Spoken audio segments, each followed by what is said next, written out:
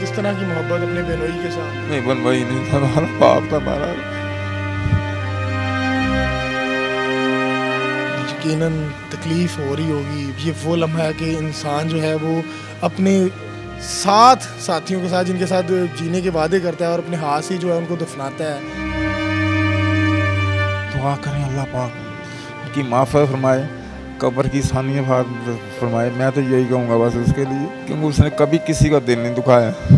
ऐसा नफीस आदमी था वो। मुझे अभी तक भी ना फ़ोन आ रहे हैं कि उनकी डेड बॉडी कब आनी है पाकिस्तान में। लोगों को यही पता है कि वो यूएसए में है, अभी हमारे जीज़ो कारकों को नहीं पता कि वो पाकिस्तान आया हुआ है। अस्सलाम वालेकुम, आप देख रहे हैं दस्तक टीवी। मैं हूं आपका मेज़बान मियां अब्दुल्ला। नाज़रीन, आबिद कश्मीरी साहब जो इस दुनिया फ़ानी से कूच कर गए हैं, इस टाइम हम उनके घर के बाहर मौजूद हैं। मेरे साथ उनके दोस्त मौजूद हैं, इनसे बात करते हैं। अस्सलाम वालेकुम। वालेकुम सर, कैसे हैं? अल्हम्दुलिल्लाह। सर, सबसे पहले तो बहुत अफसोस की खबर है कि आबिद कश्मीरी साहब जो है इस दुनिया फ़ानी से कूच कर गए हैं। यकीनन ये अल्लाह ताला का फ़ैसला है और हर मुसलमान ने जो है उसका ईमान है एक ना एक दिन जाना है। सर, आबिद कश्मीरी साहब आपके रिश्ते में क्या लगते थे, क्या ताल्लुकात थे आपके उनके साथ? औज़ु बिल्लाहि मिनश शैतानिर रजीम, बिस्मिल्लाहिर्रहमानिर्रहीम। आबिद कश्मीरी साहब मेरे बनवई थे। मेरी बड़ी सिस्टर उनके घर थी, लेकिन वो बनवई होने के नाते भी वो मुझे ना तो ब्रदर इन लॉ समझते थे, ना ही अपना मैं उन्हें बनवई समझता था। वो मेरी बाप की जगह भी थे, मेरे बड़े भाई भी थे। सबसे पहले वो मेरे बहुत दोस्त थे। मैंने अपनी जवानी सब उनके साथ गुजारी है स्टेज पे, ठीक है। तो मैंने अपनी लाइफ में अपने बहन भाइयों में इतना नफीस, इतना चाहने वाला, इतना खुश अखलाक आदमी नहीं देखा, ना देखूँगा। हमने बहुत अच्छा दोस्त और भाई और बाप खो दिया अपने। कितना अर्सा आप आबिद कश्मीरी साहब के साथ रहे हैं?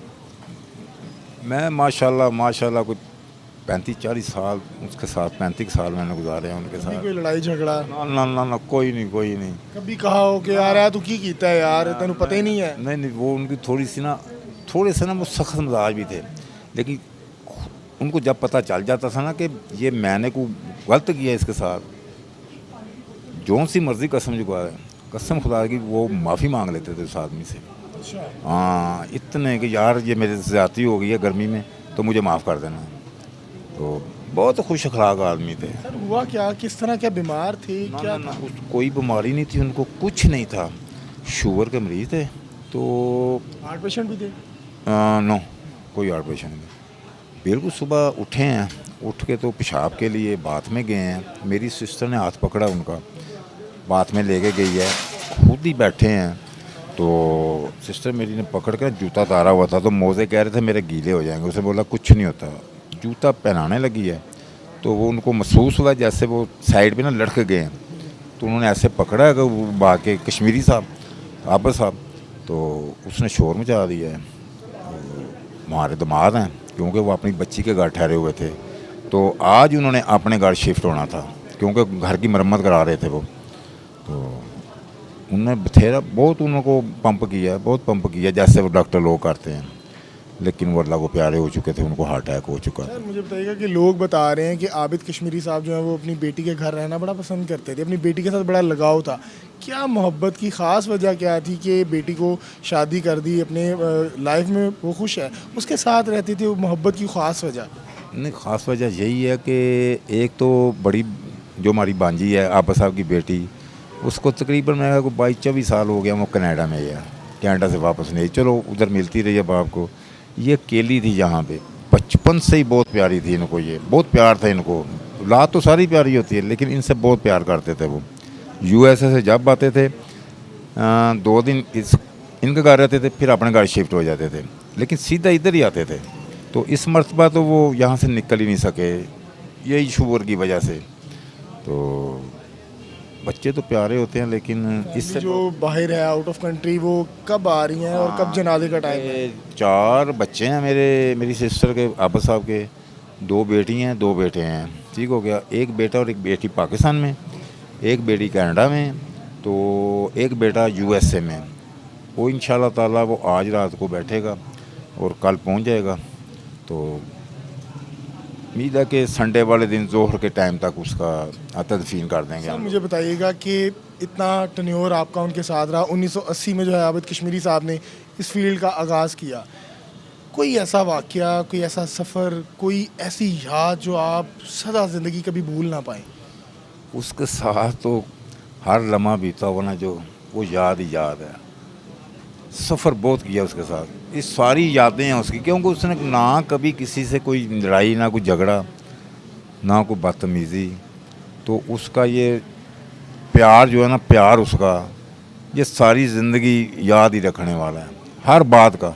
कोई ऐसी बात नहीं, वो रहता ही खुश था। कोई ऐसा वाक़या आता है ना कोई कि वाक़या स्टेज के ऊपर मैं जा रहा हूँ यार, मुझे मैनू आज वो गल याद है यार, आबिद ने गल की थी सी। नहीं नहीं, कोई ऐसी बात नहीं, मुझे नहीं कोई ऐसी बात यार। सर और मिस कर रहे हैं, यकीनन तकलीफ़ हो रही होगी, बहनोई है, और ये वो लम्हा है कि इंसान जो है वो अपने साथियों के साथ, जिनके साथ जीने के वादे करता है, और अपने हाथ से जो है उनको दफनाता है। क्या कहेंगे?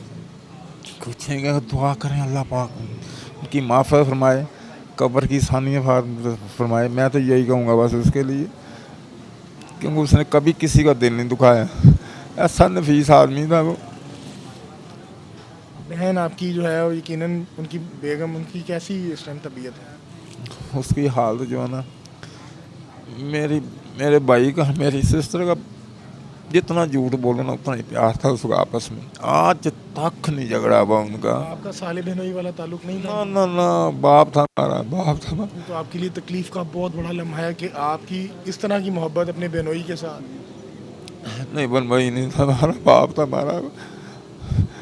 हमारा बाप था वो। सर उनके फ़ैन को क्या कहना चाहेंगे? उनको यही कहेंगे बस उनके लिए दुआएं माफ़ फरमाएं, उनके लिए कब्र की आसानी के लिए दुआएं करें, क्योंकि वो बहुत खुश खराक आदमी था, उसने कभी किसी का दिल नहीं दुखाया था। सर मुझे एक चीज़ बताइएगा कि जिस इंडस्ट्री के लिए उन्होंने इतना काम किया, जिस स्टेज के लिए उन्होंने इतना काम किया, अभी तक उस कम्युनिटी में से कोई शख्स नहीं आया। हाँ जी, उसकी एक वजह है कि मुझे अभी तक भी ना फ़ोन आ रहे हैं कि उनकी डेड बॉडी कब आनी है पाकिस्तान में। लोगों को यही पता है कि वो यूएसए में है, अभी हमारे जीज़ो कारकों को नहीं पता कि वो पाकिस्तान आया हुआ है। नाज़रीन, ये जो आंसू आपको इस शख्स के नज़र आ रहे हैं, ये एक ताल्लुक़ के आंसू हैं, एक रिश्ते के आंसू हैं, एक यादें हैं जिनको वो कभी भूलना नहीं चाहते। और यकीनन जो है ये दुनिया फ़ानी है, हर शख्स ने यहाँ से जाना है। सर मुझे बताइएगा कि कश्मीरी साहब ने अचानक स्टेज क्यों छोड़ दिया? क्या वल्गैरिटी की वजह से, या वहाँ तहज़ीब से गिरी बात की जाती थी? यही वजह है। कोई बात जो आपसे शेयर की हो? नहीं यार नहीं, मैं इस वजह तो इतने काम ही नहीं करना यार। नहीं नहीं, उसकी एक मजबूरी थी कि वो अपने बच्चों के पास ना यूएसए चला गया, तो जाहिर है कि जब वहाँ अपने बच्चों के पास थे, नेशनल डे भी मिल गई उनको, तो आते थे साल बाद सब लोगों को मिलने के लिए, 1 माह रहे, 1.5 माह रहे, वापस चले गए। तो जो आज का स्टेज की पोजीशन है वो तो सबको पता है, तो वैसे जो हो चुकी है वो भी सबको पता है, तो ऐसी काम से वो नफ़रत करते थे। बहुत शुक्रिया सर, बहुत शुक्रिया।